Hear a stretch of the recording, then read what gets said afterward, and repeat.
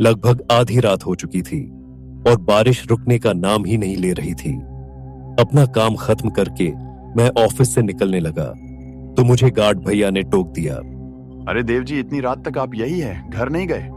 हाँ, वो कुछ अर्जेंट काम था इसीलिए देर हो गई, पर अब घर ही निकलूंगा। बेटा, शायद आपको पता ना हो, पर आज अमावस की रात है। आज रात बाहर अकेले नहीं निकलो तो बेहतर होगा। चाहे तो कल सुबह चले जाना। क्या बात कर रहे हो आप गार्ड भैया? कल दोबारा ऑफिस भी तो आना होगा मुझे। बेटा बात मानो मेरी, आज रात अकेले मत जाओ। घर पर कुछ काम है भैया, जाना तो पड़ेगा। तो एक काम करो, कुछ देर रुक जाओ, मेरी ड्यूटी खत्म हो जाएगी, फिर हम दोनों साथ निकल लेंगे। अरे भैया, काफी लेट हो जाएगा मुझे और कल ऑफिस भी तो आना है। मैं निकलता हूँ, आखिरी बस आती ही होगी, वो छूट गई तो दिक्कत हो जाएगी मुझे। चलो, गुड नाइट। बेटा रुको, देखो मैं जानता हूँ कि आप मुझसे ज्यादा पढ़े लिखे हो और आपको इन बातों पर ज्यादा भरोसा भी नहीं होगा, पर फिर भी यह अपने साथ रख लो। ये क्या है? ये माता का प्रसाद है, मेरी पत्नी ने मुझे दिया था। इसे अपने साथ रख लो, ये आपकी रक्षा करेगा। हाँ ठीक है, लाओ। मैंने वह थैला अपने हाथ में रख लिया और वह थैला लेकर मैं वहां से निकल गया। बारिश बहुत ज्यादा होने के कारण आसपास कोई भी नहीं दिख रहा था, तो मैं वहीं खड़ा खड़ा बस का इंतजार कर रहा था। रह रहकर बादल बहुत जोर से गरज रहे थे, पर मेरे आसपास में कोई भी नहीं दिख रहा था। कुछ देर वहां खड़े रहने के बाद मुझे अंदाजा हो गया शायद आखिरी बस भी निकल चुकी है। तभी अपनी दाईं ओर पर मुझे एक आदमी दिखा। अंधेरा ज्यादा होने के कारण उसका चेहरा ठीक से नहीं दिख रहा था, पर उसे देखकर ऐसा ही लगा कि वह इसी बस स्टॉप की तरफ आने वाला है। मैंने इस बार अपनी गर्दन बाईं तरफ मोड़ी, पर पूरी सड़क सुनसान थी। मैंने दोबारा उस आदमी की तरफ देखा, पर वहां पर अब कोई भी नहीं था। बस यही बात मुझे काफी अजीब लगी, क्योंकि थोड़ी देर पहले मैंने वहीं पर किसी आदमी को देखा था। मैं इस बात को समझने की कोशिश कर ही रहा था कि मुझे उस तरफ से एक कैब आती हुई दिखी, तो मैंने कैब को रोकने के लिए इशारा किया, पर वह कैब मुझसे आगे निकल गई। तो मैं हताश होकर दोबारा उस तरफ देखने लगा और तभी मुझे अपने पीछे गाड़ी के ब्रेक की आवाज सुनाई थी। पलटकर देखा तो वह कैब रुक चुकी थी। मुझे लगा चलो अच्छा है, कुछ तो मिला। मैंने एक बार फिर पीछे की ओर देखा कि कहीं वो आदमी वही तो नहीं है जो मुझे कुछ देर पहले दिखा था, पर वहां कोई नहीं था। तो मैं कैब में जाकर बैठ गया और ड्राइवर को अपना एड्रेस बता दिया। SBI कॉलोनी भैया। कैब चल पड़ी। गाड़ी थोड़ी ही आगे बढ़ी थी कि मैंने ड्राइवर से पूछा, अरे भैया, यहाँ आते हुए कोई आदमी दिखाई दिया क्या? उसने मेरी बात का कोई जवाब नहीं दिया। तो मैंने दोबारा पूछा, भैया नहीं देखा। अच्छा हुआ, अजीब है, कुछ देर पहले मैंने किसी को देखा तो था, पता नहीं कहाँ गायब हो गया। वो ड्राइवर कुछ देर गाड़ी चलाता रहा और फिर बोला, आज अमावस की रात है। हाँ, क्या मतलब? अमावस की रात को अक्सर ऐसे भटकते साए दिख जाते हैं। हाँ, ये क्या बातें कर रहे हो?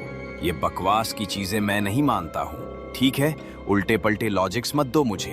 कहते हैं ऐसे साए हर अमावस की रात को अपना शिकार ढूंढते हैं। हेलो, क्यों बता रहे हो मुझे ये सब?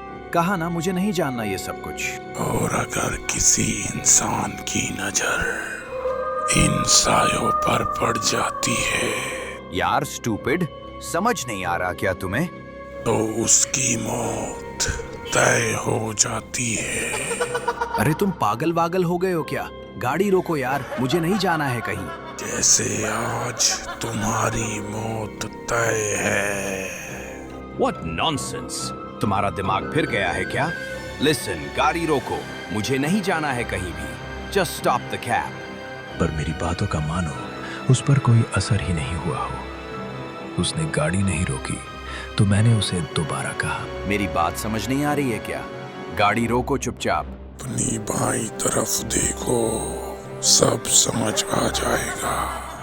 अरे व्हाट? बाएं और क्या है? बाएं और सड़क पर देखो। उसके बोलने पर जब मैं अपनी गर्दन सड़क की ओर मोड़ी, मुझे वहां एक आदमी खड़ा दिखाई दिया। कपड़ों से वो भी कोई कैब ड्राइवर ही लग रहा था, पर अंधेरा होने के कारण उसका चेहरा ठीक से दिख भी नहीं रहा था। मुझे समझ नहीं आया कि आखिर ड्राइवर ने मुझे बाएं ओर देखने के लिए क्यों कहा। तो मैंने गर्दन वापस सीधी की और ड्राइवर की ओर देखा, पर सामने का नजारा देखकर मेरे होश उड़ गए। वो ड्राइवर अपनी सीट से गायब हो चुका था और गाड़ी अपने आप चली जा रही थी। मुझे समझ नहीं आ रहा था कि आखिर हो क्या रहा है। तभी गाड़ी में जोर का ब्रेक लगा और मेरा सर सीट पर जा लगा। मैंने आंखें खोली तो देखा कि वो ड्राइवर पीछे मुड़कर मुझे ही देख रहा है और फिर उसने मुझसे कहा, साहब क्या हुआ, आप ठीक हो क्या? तुम अभी तो गाड़ी में नहीं थे और गाड़ी अपने आप चल रही थी। क्या बोल रहे हो साहब, होश में तो हो ना आप? देखो पागल मत बनाओ मुझे। अभी थोड़ी देर पहले ही तुमने कहा था कि आज मेरी मौत तय है और फिर तुम गाड़ी से गायब हो गए। क्या बात कर रहे हो साहब, भला मैं आपसे ये सब क्यों कहूंगा? छोड़ो, रहने दो। पक्का आपने कुछ नशा किया है। आपकी सोसाइटी आ गई है, मेरा भाड़ा दो और जाओ। उस ड्राइवर की बात पर मुझे अब भी यकीन नहीं हो रहा था। मेरा मन ये मानने को बिल्कुल भी तैयार नहीं था कि जो मेरे साथ हुआ वो मेरा कोई वहम था। पर मैं बात ज्यादा नहीं बढ़ाई और कैब से बाहर निकल गया और घर की ओर दौड़ा। घर की ओर दौड़ते समय मैंने देखा कि गांव में भी सब सोए हुए थे और सन्नाटा छाया हुआ था। झींगरों की लगातार आवाज आ रही थी और रात में कुत्ते भौंक रहे थे। चौपाल खाली पड़ी थी। ऐसा लग रहा था मानो मैं अपने घर में नहीं बल्कि कहीं और दौड़ रहा हूं, किसी सुनसान जगह पर। जैसे ही मैं अपने दरवाजे पर गया, उस कैब वाले ने मेरा पीछा करना बंद कर दिया। फिर अगली सुबह जब मैंने वो माता के प्रसाद वाला थैला देखा तो उस थैले का रंग काला पड़ चुका था। मुझे ये बात अजीब लगी क्योंकि कल रात तो उसका रंग लाल था। तभी मुझे मेरे एक ऑफिस दोस्त दिव्यांश का कॉल आया। हेलो, कहाँ पर है? घर पर हूं बस, अब ऑफिस के लिए निकलने वाला। हाँ तो ऑफिस आते हुए पुरानी फैक्ट्री वाला रास्ता लेकर शमशान आ जाना। हाँ, शमशान क्यों? कल रात एक एक्सीडेंट में उनकी डेथ हो गई। व्हाट?